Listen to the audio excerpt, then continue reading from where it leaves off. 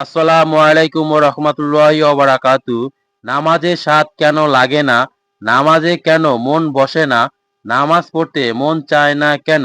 এই সমস্ত প্রশ্নের উত্তর একটাই, শয়তান আমাদের নামাজ পড়তে বাধা দেয়। শয়তান চায় না যে আমরা নামাজ পড়ি। শয়তান সব সময় চায় আল্লাহর বান্দারা যেন কোনো পুণ্য কাজ যাতে না করে।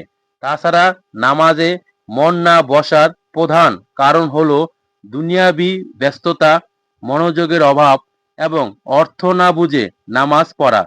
শয়তানের ধোঁকা এবং অতিরিক্ত মোবাইল চালানোর জন্য ইবাদতের প্রভাব নষ্ট হয়ে যায়।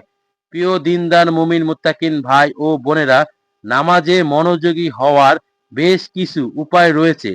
যে উপায়গুলো মেনে চললে নামাজে মন বসবে ইনশাআল্লাহ। এক এক করে সেই উপায়গুলো বলে দিচ্ছি। যদি সেই উপায়গুলো মেনে আপনি নামাজ পড়েন তাহলে অবশ্যই নামাজে মন বসবে। ১. অর্থ বুঝে নামাজ আদায় করা। সূরা ও দোয়ার অর্থ জানার চেষ্টা করুন। আপনি যেই সূরা দিয়ে নামাজ আদায় করবেন সেই সূরার বাংলা অর্থ কি সেটা জানার অবশ্যই চেষ্টা করুন। তাছাড়া আল্লাহর সাথে কথা বলছেন এমন অনুভূতি নিয়েই নামাজ আদায় করতে হবে। নামাজে দাঁড়ানোর সময় খেয়াল রাখতে হবে যে আপনি আল্লাহর সাথে দাঁড়িয়ে কথা বলতেছেন, তাহলে অবশ্যই নামাজে মন আসবে। ২ নম্বর কারণ হচ্ছে মৃত্যুকে স্মরণ করা। নামাজে দাঁড়ানোর আগে ভাবুন এটা আপনার জীবনে শেষ নামাজও হতে পারে। তাই নামাজে দাঁড়ানোর আগে যদি এটা ভেবে নেন, মৃত্যুর কথা যদি ভেবে নেন, তাহলে সেই নামাজে ইনশাআল্লাহ মনোযোগ আসবে। ৩ নম্বর ধীরস্থিরতা বজায় রাখা। তাড়াহুড়া না করে রুকু ও সেজদা পর্যাপ্ত সময় দিন। অনেকে তাড়াহুড়া করে নামাজ আদায় করে। তাড়াহুড়া করে নামাজ আদায় করলে সেই নামাজ আদায় হয় না, সেই নামাজ বাতিল হয়। তাই নামাজে সময় দিন। ৪ নম্বর দুনিয়া চিন্তা ভাবনা মাথার থেকে ঝেড়ে ফেলে দিন।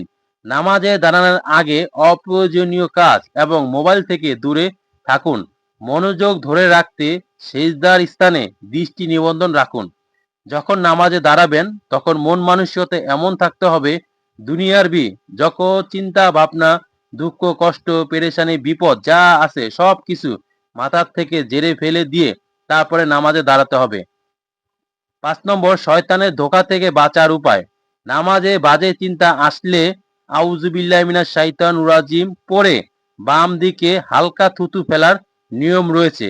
যখন নামাজে কোনো রকমই আপনি মনোযোগ দিতে পারছেন না, ঠিক তখনই বাম দিকে থুতু ফেলে হালকা থুতু ফেলে আউযুবিল্লাহি মিনাশ শাইতানির রাজিম পড়ে নিবেন। এটা নিয়ম রয়েছে। তো এই নিয়মগুলো মেনে চললে অবশ্যই সেই নামাজে মনোযোগ আসবে। তো ভিডিওটি ভালো লেগে থাকলে চ্যানেলটি সাবস্ক্রাইব করে একটি লাইক করে দিবেন। আসসালামু আলাইকুম রহমতুল্লাহি ওয়া বারাকাতুহু।